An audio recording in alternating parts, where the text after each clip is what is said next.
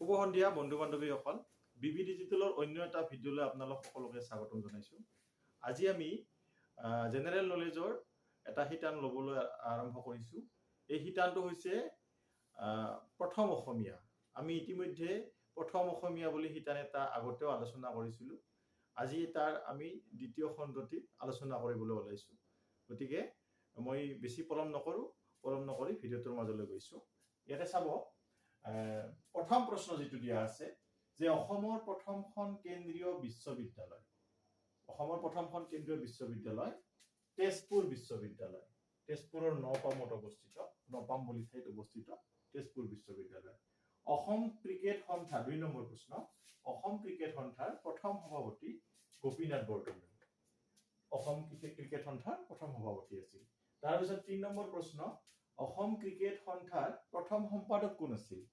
তেওঁ আছিল উপদক্ষ খেলুৱৈ পুলিন দাস। এটো আচলতে পুলিন দাস হ'ব লাগিছিল।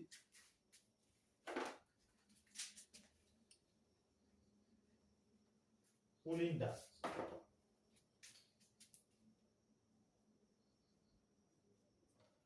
ইয়াৰ পিছত আমি ৪ নম্বৰ প্ৰশ্নটোলৈ আহিছো।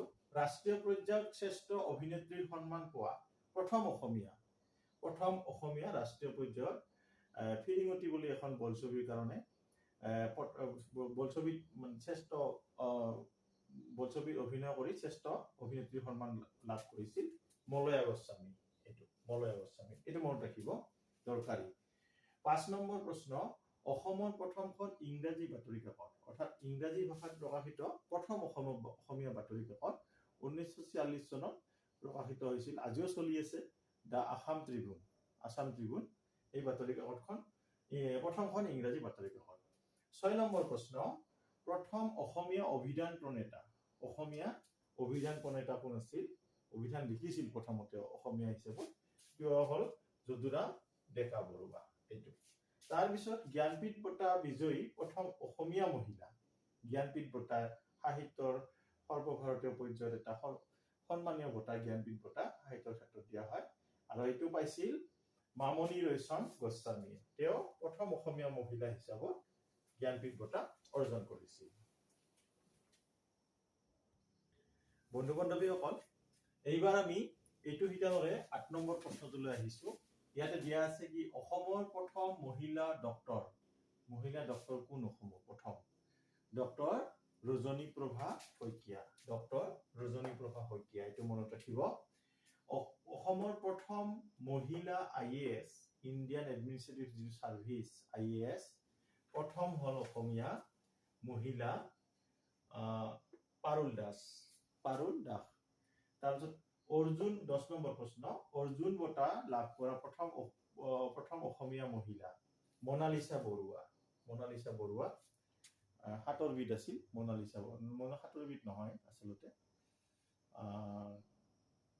টেবুল টেনিছৰ আছিল মনালিসা বৰুৱা।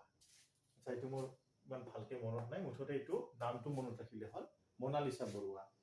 তাৰপিছত ১১ নম্বৰ। প্ৰথম অসমীয়া ৰোমান্টিক কবিতা বনকুঁৱৰী। চন্দ্ৰকুমাৰ আগৰৱালাদেৱে ৰচনা কৰিছিল বনকুঁৱৰী। অসমত মঞ্চস্থ হোৱা প্ৰথম অংকীয়া নাট মহাপুৰুষ শংকৰদেৱ আৰু মহাপুৰুষ মাধৱদেৱে ৰচনা কৰিছিল। তাৰ ভিতৰত যিমানখিনি অংকীয়া নাট আছে সেই অংকীয়া নাটৰ ভিতৰত সিংহযাত্ৰাখন শংকৰদেৱে ৰচনা কৰা আছিল আৰু এইখন অসমত প্ৰথম মঞ্চস্থ হৈছিল। তাৰপিছত ১৩ নম্বৰ। দাদা চাহেব ফাল্কে বঁটা লাভ কৰা প্ৰথম অসমীয়া ব্যক্তি ডক্টৰ ভূপেন হাজৰিকা। এইটো প্ৰথম অসমীয়া ব্যক্তি আছিল ডক্টৰ ভূপেন হাজৰিকা। তাৰপিছত ১৪ নম্বৰ প্ৰশ্ন। প্ৰথম অসমীয়া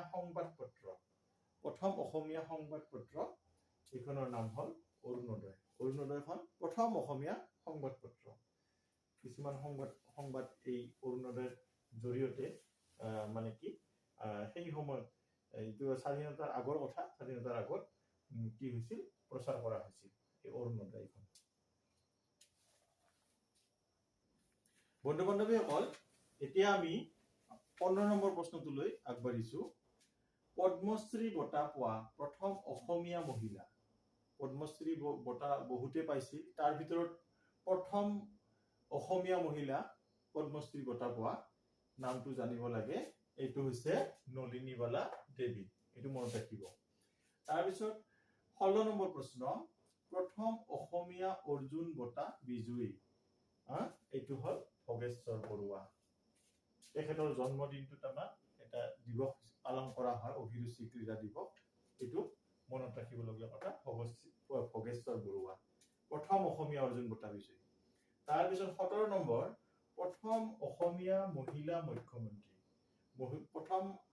প্ৰথম মহিলা মুখ্যমন্ত্ৰী কোন আছিল সৈয়দা আনোৱাৰা টাইমুন আসলতে প্ৰথম আৰু একমাত্ৰ মহিলা মুখ্যমন্ত্ৰী অসমৰ সৈয়দা আনোৱাৰা টাইমুন তাৰপিছত 18 নম্বৰ শ্ৰীমন্ত শংকৰদেৱ বঁটা পোৱা প্ৰথম অসমীয়া মহিলা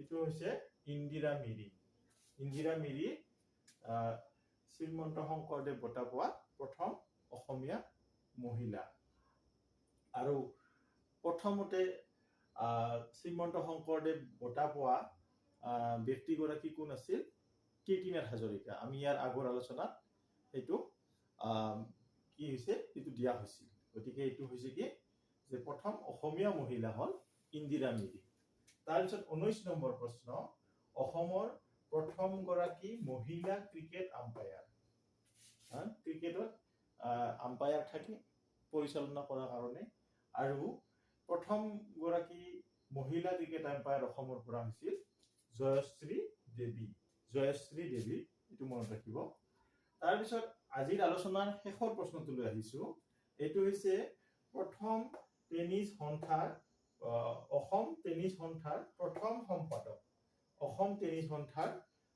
সম্পাদক কোন পাৰ্বতী কুমাৰ গোস্বামী হল অসম টেনিছ সন্থাৰ প্ৰথম সম্পাদক গতিকে বন্ধু বান্ধৱীসকল আজি এইখিনিয়ে এই 20টা প্ৰশ্ন আমি আলোচনা কৰিলো প্ৰথম অসমীয়া শিতান বুলি আমি যিটো আমি হেডলাইন দিছো এই হেডলাইনৰ আমি 20টা প্ৰশ্ন আজি আলোচনা কৰিছো ইয়াৰ আগতো আমি প্ৰথম অসমীয়াৰ এটা শিতান আমাৰ গৈছে প্ৰথম খণ্ড এটা গৈছে এইটো আজি আমাৰ দ্বিতীয় খণ্ড আছিল পৰৱৰ্তী পৰ্যায়ত আমি আৰু এনেহেন ধৰণৰ ভিডিঅ দিয়াৰ কাৰণে চেষ্টা কৰিম গতিকে আপোনালোকে ৰেগুলাৰলি এই ভিডিঅ'বিলাক চাই থাকিব আৰু এই যিখিনি প্ৰথম অসমীয়া শিতানত প্ৰশ্ন আলোচনা কৰা হ'ল এই প্ৰশ্নখিনি বিভিন্ন ধৰণৰ যিবিলাক এক্সাম আছে ধৰক এডিআৰএ হওক DHS হওক বা আসাম পুলিচে হওক বা অন্যান্য কমন এক্সামবিলাকৰ কাৰণে খুবেই দৰকাৰী গতিকে এইটো আপোনালোকে প্ৰতিটো প্ৰশ্নই মনত ৰাখিবলৈ চেষ্টা কৰিব আৰু মোৰ আজিৰ এই ভিডিঅ'টো যদি ভাল লাগিছে তেনেহলে লাইক শ্বেয়াৰ কমেণ্ট কৰিব আৰু যিসকলে নতুনকৈ মোৰ ভিডিঅ' চাই আছে তেওঁলোকক মই অনুৰোধ জনাওঁ তেওঁলোকে যেন মোৰ চেনেলটো ছাবস্ক্ৰাইব কৰে গতিকে এইখিনিয়ে গতিকে আজিলৈ ইমানতে আমাৰ এই অনুষ্ঠানটো এই শিতানটো ইমানতে সামৰিছোঁ ধন্যবাদ